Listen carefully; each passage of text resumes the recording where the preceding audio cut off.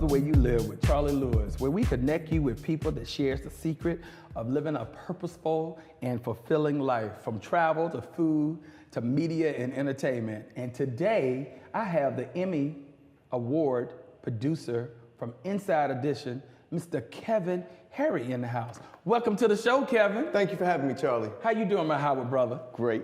Congratulations, by the way. Thank you. This is so good. Love the way you live. Thank you. Happy to be here. I'm loving the way you live. I'm loving that jersey. That's old school right there. Very old. HU Yes. all the way. And y'all know I'm partial to HU, and you know I love that. So anyway, you guys, Kevin, in part two, we're going to talk about your zine. K-A-Zine, in part two of the show. But one, we're going to start out today talking about you being a producer at Inside Edition. You've been there for what, about 22 years? I've been there for 20 years. Yep. Wow, Just over 20 years. Yes. Wow. A long time.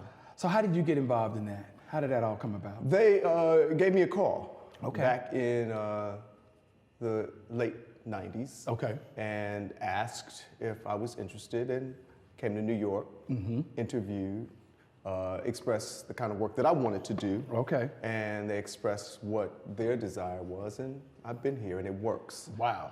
It really is like a marriage made in heaven. I've been very happy. Yeah, with the because show. it's very rare that people stay in positions for 20 years. What motivates you and keeps you there? You know, it's interesting because I would have never expected to be there for a little over 2 decades. If you had asked me back then, I would have told you there is no way. Right. But the thing that has kept me there is the opportunity to do different things. Okay. The opportunity to really share my knowledge, to fully be the kind of journalist that I am. Okay. The show has given me opportunities to really just do the kind of work that I've wanted to do. Okay. But also, I really love the fact that they respect my point of view. Okay. And that's been very important to me. So whenever I got sort of, not even bored, but even in my head thought that, well, you know. I'm over, yeah. Not even open, like, what's next? Yeah. Not necessarily outside of Inside Edition, but what's next? There would always be an opportunity to do it there. Okay. And what I learned early on is the grass isn't always greener on the other side. And when people have integrity and they respect you, then there's something to be said for that. So I was able to change up, do different jobs there. Right. So as an African-American male in this industry, are there many of us? No, Okay. no. All right. When I was in high school, one of the things I wondered, I mean, I didn't know a whole lot about television, but I always wondered about what I saw on TV. And how I saw us, Yes. particularly young black men. And that always stuck with me.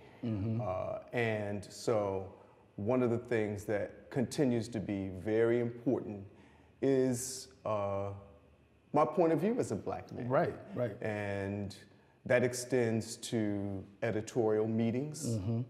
That extends to the ideas that I bring to the table. I mean, I can't be anything other than who I am when I walk into the newsroom, so I can't leave that at the door. And that's the other thing that I love. They get that. And they receive that. So I've had the opportunity to pitch stories about us, but also what has been very important to me is to do something as simple as include us as talking heads. Okay. So when you watch the show, the people who are speaking with authority or point of view or sharing an idea about something, that it's a person of color. Right. It's a black person. Right. So if a doctor is talking about something, it could be a black doctor. Right. When there are fashion segments, one of the things that I often did was made sure that the models that we use included models of color. Right. I'm proud of that. Yep. Early on, when you would see magazines represented on shows like ours, I thought, wait a minute, I need to call my people at Essence. Right. I need to call my people at Ebony. I need to call people I know who are cultural experts in whatever the field is, and get them on the show. Right. And Inside Edition has been very, very, very receptive to that. Okay. And so that is what I think has been important in my What were you career. doing prior to Inside Edition? And where were you? Prior to Inside Edition, I was doing a show called PM Magazine. Oh, okay. It's kind of the precursor to a lot of the evening shows. News shows, Yep, magazine shows. So right. I was at Evening Magazine in Philly, and then prior to that, I was doing a local news magazine show. Okay. And then for the years before that, I was producing newscasts. Okay. So I produced the 6 o'clock newscast Okay. in Philly. I produced the 5 o'clock newscast. Okay. I produced the weekends. Before that, I worked in Oklahoma City. Okay. I produced the weekends and the 10 o'clock news there. And then before that, I started my career in Jackson, Mississippi. I started as a reporter. Right. Okay. Maybe one day I'll share with you. I would love to see those tapes. Of Kevin, who looked like he was 10 years old in Jackson, Kevin, Mississippi. But it was Were you in the School of C at Howard? yes. Okay. Left the School of C and went to the Medill School at Northwestern. So I got my master's at Northwestern. Okay. And was really banging on the door to get a job. All I wanted to do was be a reporter. That's all, and I didn't care where it was. I wanted to be a reporter. What gets you going about that? What gets you about telling a story? Is that the drive? Is that what motivates you? Information, sharing information. Okay. I love gathering information. I love writing. Okay. I love putting the stories together. Okay. But I really learned something from pursuing the first job. I call this man Walter Sadler. Okay. I give him great credit for kickstarting my career. I called him almost every single day as I was winding up at Medill. Okay. And every time I call, he says, we don't know yet. We don't know if we're gonna hire you yet. And finally he said to me, basically, I'm so sick of you calling. I think he may have said that we're gonna give you the job. Right. But we're only going to give you summer replacement for 3 months. Okay. And that's it. And we're not going to fly you down and we're not going to put you up. And I said, I'll take it. Okay. I learned from that you have to Beat bang the on the doors. door. You have to bang on the door. And what was to be 3 months turned into almost 2 years. Wow. So when you get the opportunity, make it work. you have to just make it work. You have to do anything. You got to hustle. Right. So what about the news, pop culture gets you motivated, gets you going? You said telling stories. What else is that driving force that really gets you to do the things that you want to do and make you excited? One of the things I mentioned to you is that I love information. So I'm like a sponge, and I've always been that way. I've always been that way since a kid. But I've just also been very attracted to, I love news. Right. I love hard news, and I've covered hard news, and I know how to cover hard news, and I know how to write about hard news. But my personal passion has always been pop culture. Right. So whether it's movies or music or fashion, I love movie stars. I'm a fan. I'm not jaded. I've never been jaded. Right. When I was a kid in Detroit, I loved Right On magazine. Oh yes. That's a throwback. Listen, I loved it. But I loved I loved reading everything. I had wrestling magazines. I loved my mother's Ebony's. Right. I would get the Detroit Free Press every morning. I would watch the Today Show, and so information was my thing. But I loved sort of the glitzy part of it. Right. And a lot of my introduction came from, like I said, Right On, but also Interview Magazine. Okay. Interview Magazine was like another world to me because it was New York. Yeah. And so I was fascinated by the stars in the magazine and the way people lived in New York City. But I didn't pursue that initially in my career. Right. Okay. That was sort of in my back pocket. Right. I did hard news. Okay. But I always had this yearning, always had the yearning to do pop culture. And so slowly but surely, it evolved where I was clear that I could do the hard news. And so were the people who hired me. But part of it is having, I think, what I've learned is a specialty. And I say this to young people. Right. I think that Find your niche. What makes me valuable across the board is that I can write about anything, but you can turn to me for pop culture. Right. And I'll know any and everything. Right. And I can write about it. I don't have to quickly research it. I just know it. But it's not because I really studied it. It's because I loved it. Right. And so, in many ways, that is like studying it. Yeah. But it wasn't like, let me remember. It's not a job. I loved it. It's it wasn't a job. It was part of my living. And I don't forget. And so I can reach back in my memory bank and bring it forward. How do you go about selecting the stories that you're going to produce for Insider Edition? So it happens. Does it come? Is it just based on the day's event, or a little bit of everything? Okay. A little bit of everything. So, in fact, the executive producer will have, and the sort of brain trust will have ideas of what they want to see on the air. Okay. When I was a managing editor, I would do that. So, I read everything. So I read everything and want to watch all the shows and listen to everything. I just didn't miss anything. Right. And my instinct after doing it so long, I just kind of know what a good story is. Okay. A lot of it has to do with the visual elements, but stories that affect us. Right. Stories that you can relate to. And I also often brought stories about people of color to the table.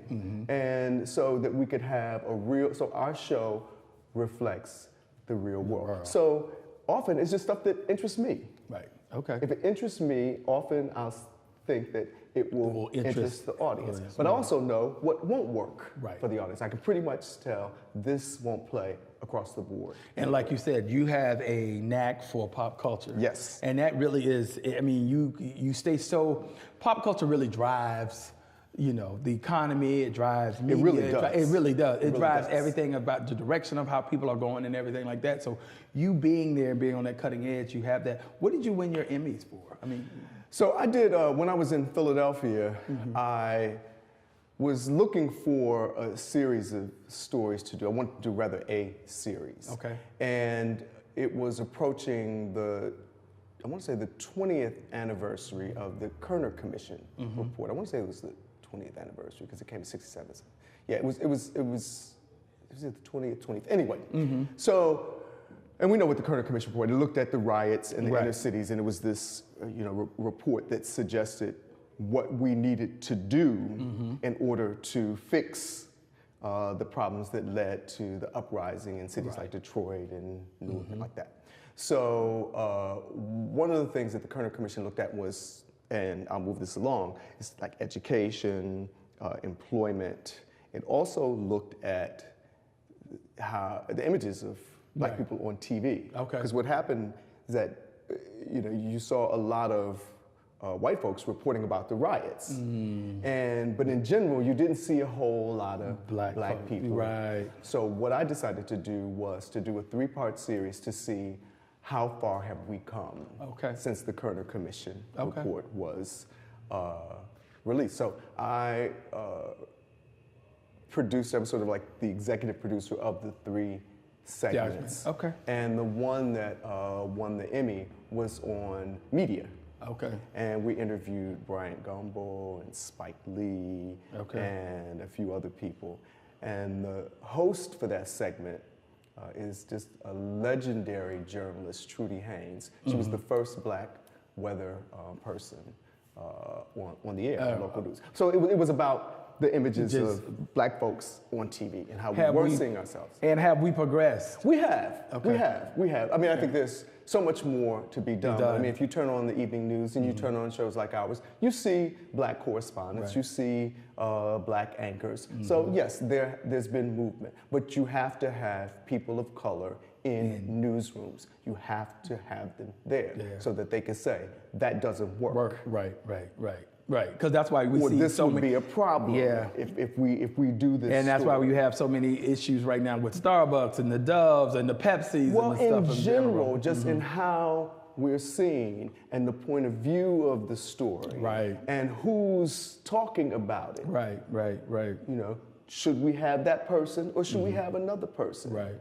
Okay. So that's really important. That's what's important to be there. With social media being what it is today, and news being just like that. How does Inside Edition keep up with social media? Because you guys, you do most of your your shows are in the evening, right? Well, yeah. So we feed out in the afternoon. Okay. So one of the things you have to do is you have to be flexible. So we have the flexibility to change the stories. Okay. But social media is a challenge, right, because a lot of information flows, right, on Twitter, or a story will break. Mm-hmm. So it really calls for watching closely, and it calls for doing the kind of story that works no matter what time it airs. Okay. So you have to look for an angle that works even if the bigger story changes. Okay. That your story, so I mean, a simple example could be that there is a plane crash. Right. So things could unfold and change. But one of the things we know is that some of the people on the plane weren't wearing their oxygen mask correctly. Right. Okay. So do we do a story on things like that? We did a story on, is there a safer place to sit on a plane? So you look for stories. I was thinking about that the other day when that woman got hit with that sharpnel and almost sucked out of the plane. I was like, never engine seat and never a window seat again. But I'll never do that again. I'm all about the aisle. There are a lot of people who will say the same thing. Yes. But to move it back to your question, the internet, when I started, there was no internet. Right, there wasn't. So even now, you can research something in seconds. Yes. When I started, that wasn't the case. Okay, right. And so it's a great benefit to us now. Okay. And you can source a lot of things, and you find a lot, and you find stories. Right. So I appreciate it a lot, but it challenges us to make sure that our stories, when they air, they're solid and they're not dated, because it's very easy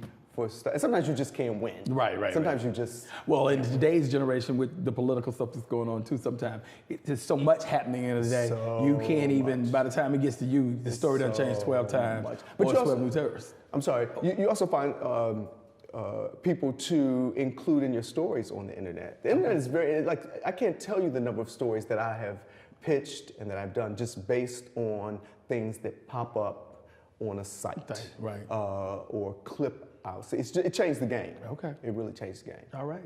Well, stay tuned. We're coming back with part 2, and we're going to talk about Kevin's creative side.